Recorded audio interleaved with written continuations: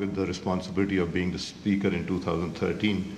When I was given this task, I established 96 friendship groups in the parliament with sister parliaments and proactive ones. And I can tell you my personal experience. I'm in touch with the former Iranian speaker, who's been a friend. I'm still in touch with members of parliament. I'm in touch with Turkish former speakers, former prime minister, former members of parliament. I'm in touch with Russian former speaker who is the head of the external intelligence, and the present speaker, members of parliament. And I have a whole range of list where, and Shafkat Saab traveled with me to Russia also. And that relationship which we established in 2013-14 still continues, even if they are not in the same positions, but they're in other positions. And what is my interest? My interest is Pakistan.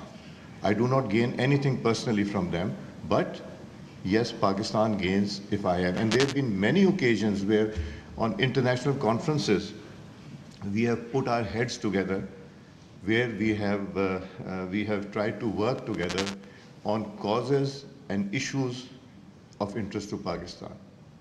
I will give you another example. I think you were there when we signed the conference with Russia. So I convened a meeting in Pakistan after an effort of 2 years, where the Russian foreign minister, who still is the foreign minister, refused to allow this meeting to go on between the speakers. But President Putin finally allowed it. We held a conference in Pakistan that was known as the First Speakers Conference. We had Russia, Turkey, Iran, China, Pakistan, and Afghanistan. The subject was how to collectively counter terrorism using the parliament as a tool and connectivity. That was a great success, and never before has Russia or Iran and Afghanistan signed on a document that says that resolution of Kashmir should be based on the UN resolution. That is what they signed, and we have got evidence of that, which is with the Foreign Office.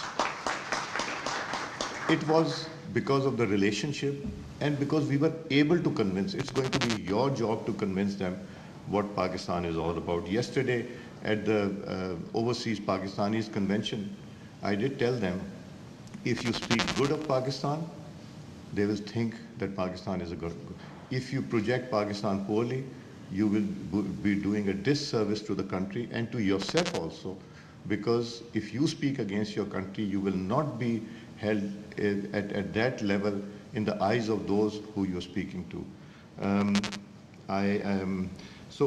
This is the kind of story that I'm telling you, that the connectivity and the relationship should stay. Day before yesterday, I had a delegation of 3 congressmen from USA. And one of them had signed a declaration against Pakistan for human rights. And I spent an hour and a half with them. I had invited the opposition, who did not turn up, the government, one from each political party. And they had initially come here for discussion on trade. It is the Pak-US caucus. So 3 of them. I said, you want to discuss other issues, but I want to discuss another issue. And I said, during General Ziaul Haq's period, we fought a war when the Russians had invaded Afghanistan for the entire world. Our soil was used. What did we inherit? Guns and drugs. You left us high and dry. Then another period came after 9/11 that we were forced into a fight that was not our fight. And we sided with NATO, US, and the entire world. What did we get? We got more refugees.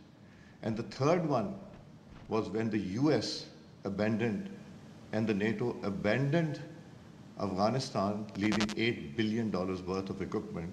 If we want to buy equipment from you, there are embargoes on us. But if we want to buy from Taliban at half the rate, we might be able to do that. And these are the arms and armaments that are being used against our armed forces, against our people, by killing by murdering, I should say, our school-going children, our churches, our mosques, our hospitals, and these are the soft targets that they're targeting. And where is it originating from? From Afghanistan. Why is it that all terrorist organizations are together in Afghanistan? They don't fight each other there.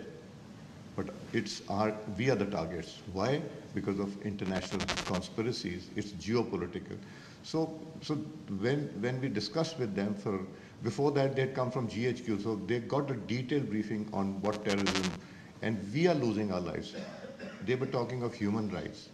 I did tell them that we should talk of human rights when we're talking of Palestine, when we're talking of Kashmir, and you are talking of human rights here because we have